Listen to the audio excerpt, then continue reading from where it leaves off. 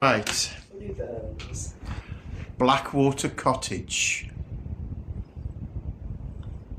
The cottage stood alone above Blackwater Cove. Crouched against the wind as if it had spent a lifetime bracing for storms. Salt clung to the stonework. The windows trembled even when the sky was clear. Below, the North Sea moved with that heavy, patient rhythm that never quite sounded peaceful. Grab your coins, guys. Only ancient. It had been meant as a break. No investigations, no haunted pubs, no council memos, just sea air, long walks, and the kind of quiet you tell yourself you need. Jo had said the place felt layered. The moment she stepped inside, not dark, not wrong, just layered.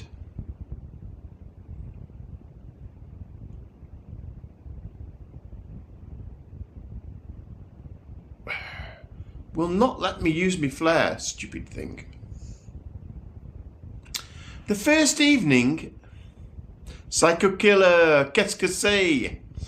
The first evening passed gently. Gently enough.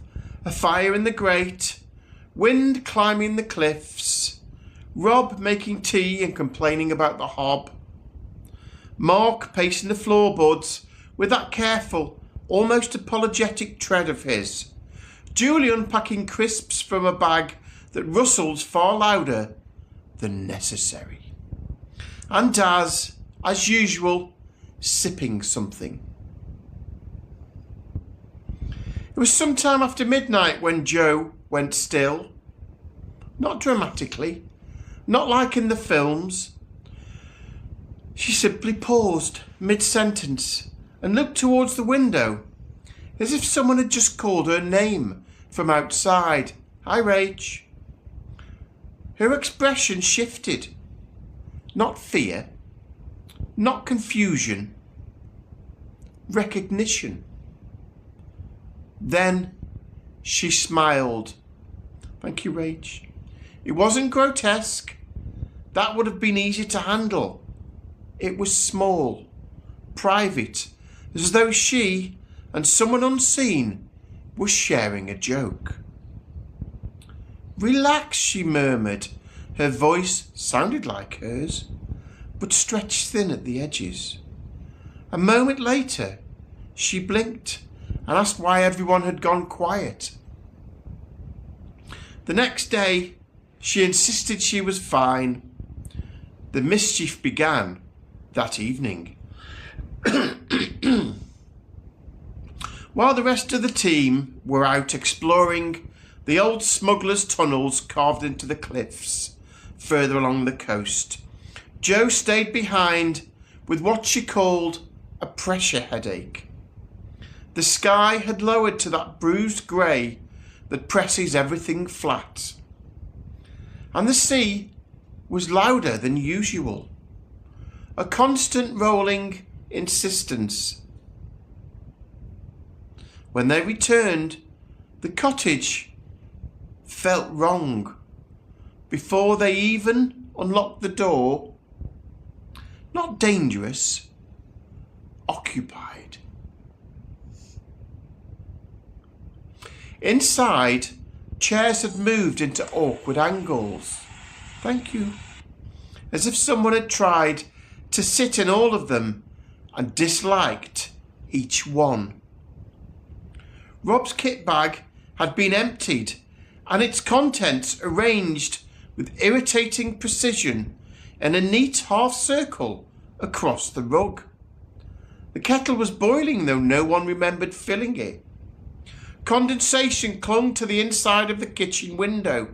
Written in the fogged glass were two words: Bugman. Rob stared at it in disbelief, half offended, half baffled. Julie's phone buzzed, a voice note from Jo. The team exchanged looks. She was upstairs, wasn't she? Julie pressed play. Static first, a dragging hiss like wind through a narrow gap, and then a low, slightly evil chuckle. "Dad's the slurper." The message ended. Another ping. "Julie the rustler." Julie stiffened, and then a third. "Marky Mark, tiptoe boy." Mark flushed scarlet. "That's not funny." But no one was laughing. Upstairs, Joe sat upright on the bed, as if waiting for them.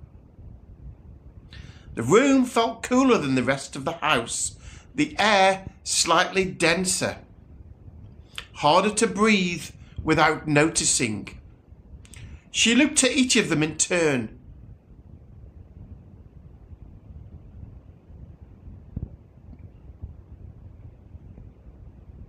"You've all got habits," she said, lightly. "Little tells." Her tone carried an undercurrent, amused, observant, faintly mocking. Rob shifted. "Joe?" Her head tilted, with that same private smile from the night before. "Bugman," she said softly, eyes flicking to him. "Always prodding, always poking into places you shouldn't." Then to Daz, "Slurper, never silent, always too noisy, too clumsy." Julie received her assessment with a sharp inhale.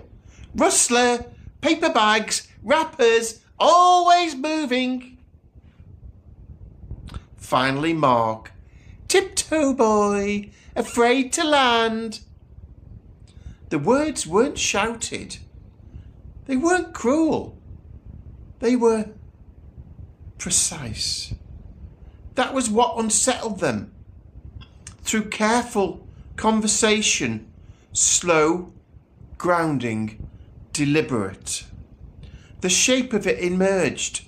Not a demon, not something ancient, something smaller, sadder. A dock worker long gone, swept from the cliffs during a storm surge. Decades ago, known in life for winding people up, for mimicry, for nicknames, for being irritating in a way that made others laugh. Until they didn't. Repetition became cruelty, and cruelty always led to loneliness. He hadn't meant to attach to Jo. She'd simply been open. And he'd been lonely. Lonely in a way the sea is lonely. Vast and without edges. Thank you, Rob. The realisation shifted the atmosphere. This wasn't an invader bent on harm. It was a presence that had forgotten how to leave. Julie grounded Jo physically, steady hand at her shoulders. Rob dimmed the lights. They kept their voices low and level, not confrontational, not fearful. "You've been noticed," Daz said. "You don't need to stay inside her, and we don't want you to." The wind rose outside, rattling the panes as if in protest. Mark, perhaps stung by his earlier nickname, planted both feet firmly on the floorboards. "You're done," he said, louder than usual. "She isn't yours to play with." For a moment, the air seemed to compress. Jo's back arched slightly, not violently, but like someone adjusting after a long and uncomfortable journey. The temperature dipped. Then there was a soft exhale. Not from Jo, from the room. Jo collapsed forward, sobbing once, a raw, startled sound, and then she was simply herself again, pale, exhausted, confused. The cottage settled, properly settled. No more hum beneath the silence, no more sense of being observed. Jo slept for nearly 12 hours. When she woke, she remembered standing at the cliff edge on the first afternoon, staring down at the white churn of waves against rock. She remembered feeling something brushing against her, thoughts like cold, cold fingertips. Nothing after that. You don't joke about the nicknames in front of her, but they've stuck. And sometimes late at night, when the kettle clicks on by itself, or the wind finds a strange tone in the chimney, Rob mutters under his breath, "All right then, Bugman's still watching," and none of you are entirely certain he isn't.